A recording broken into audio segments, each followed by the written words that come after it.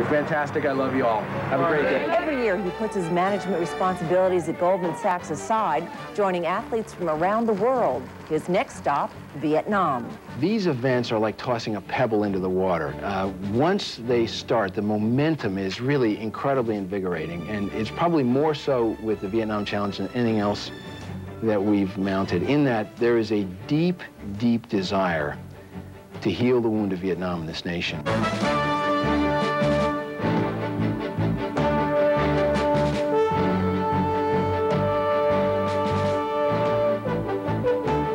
Welcome to Business Unusual. And coming up next on Business Unusual, you won't find him on Wall Street. He'll be in Vietnam, bringing together former adversaries for a remarkable adventure. That's next on Business Unusual.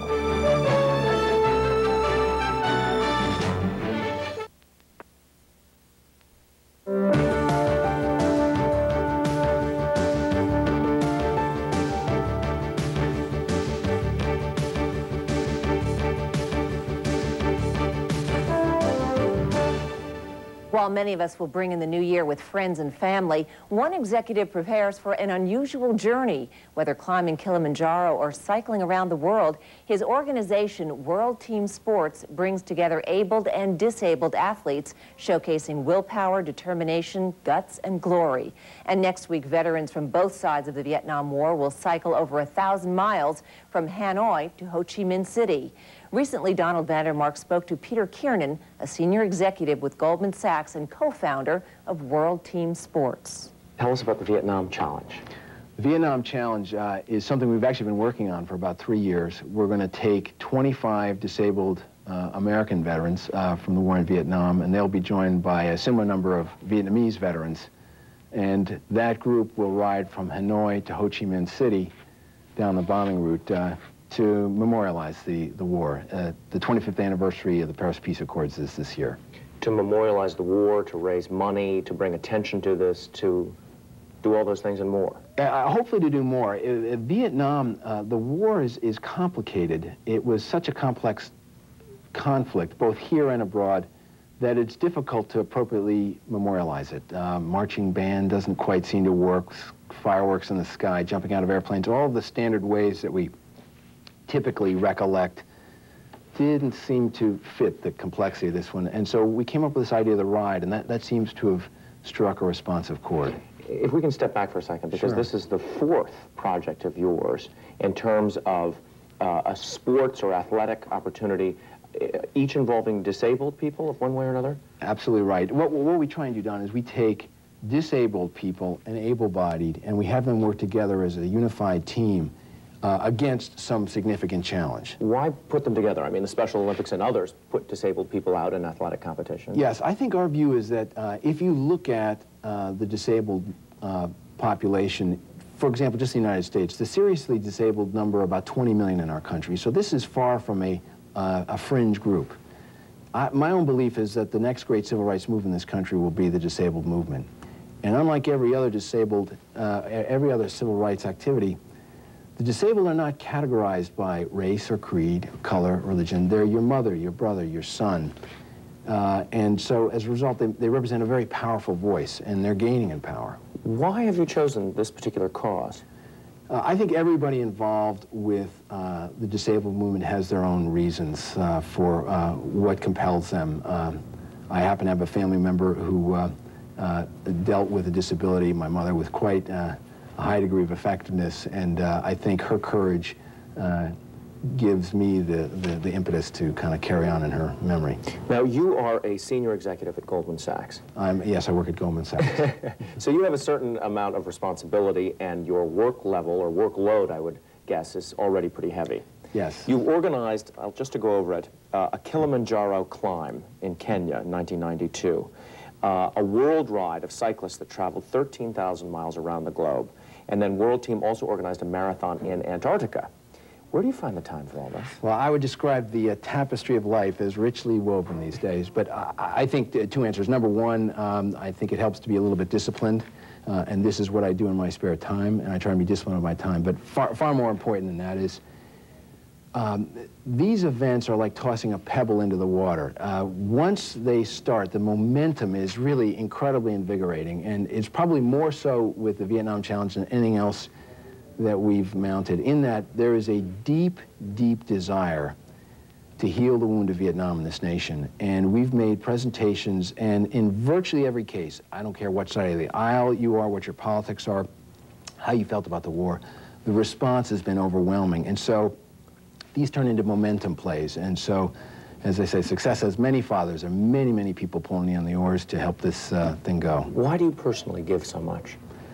Oh, I don't think this is a personal matter so much as a recognition that there is, like every great civil rights movement, there is a need for voices. And this movement has gotten voices. Bobby Muller, who runs the Vietnam Veterans Foundation, who was disabled in the war. Christopher Reeve, who's joined our board.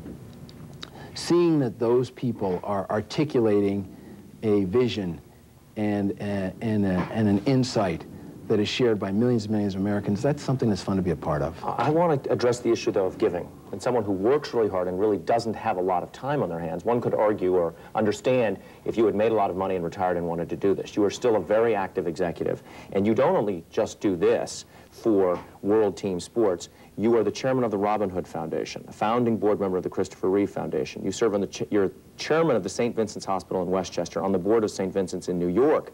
You sit on the board of Williams College. I mean, what drives you? Well, I would say, honestly, that it's less than making an individual matter. The 80s are long, long dead. And I think there was a sense that people had that Wall Street was a place where people selfishly pursued their own agenda.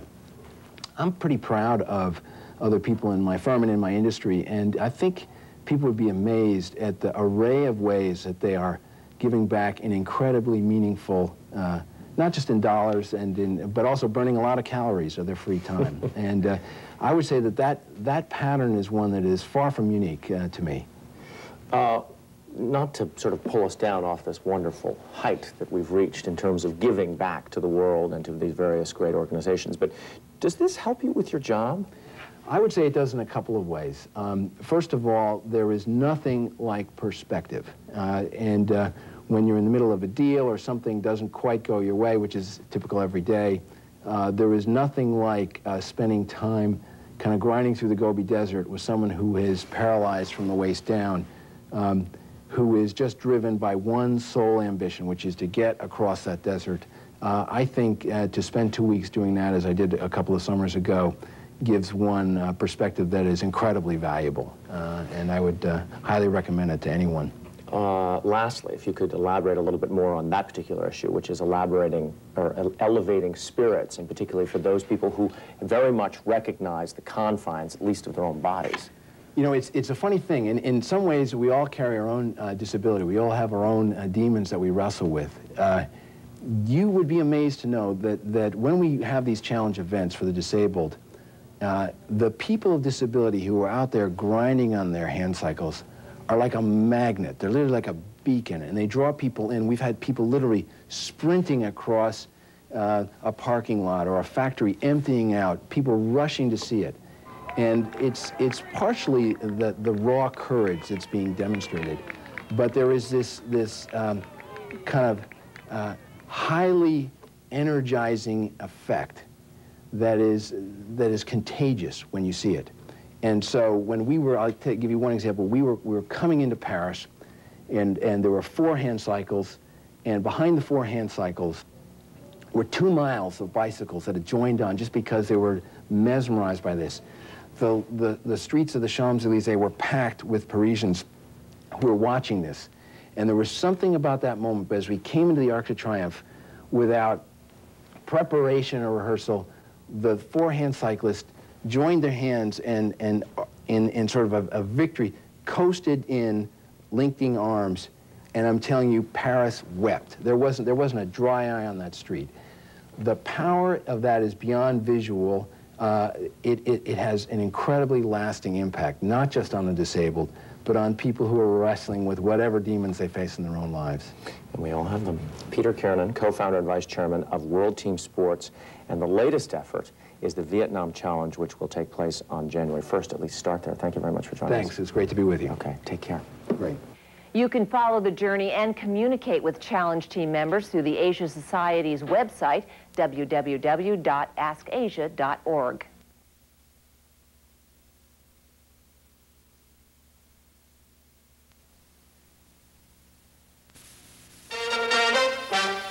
From KCAL TV, this is Prime 9 News.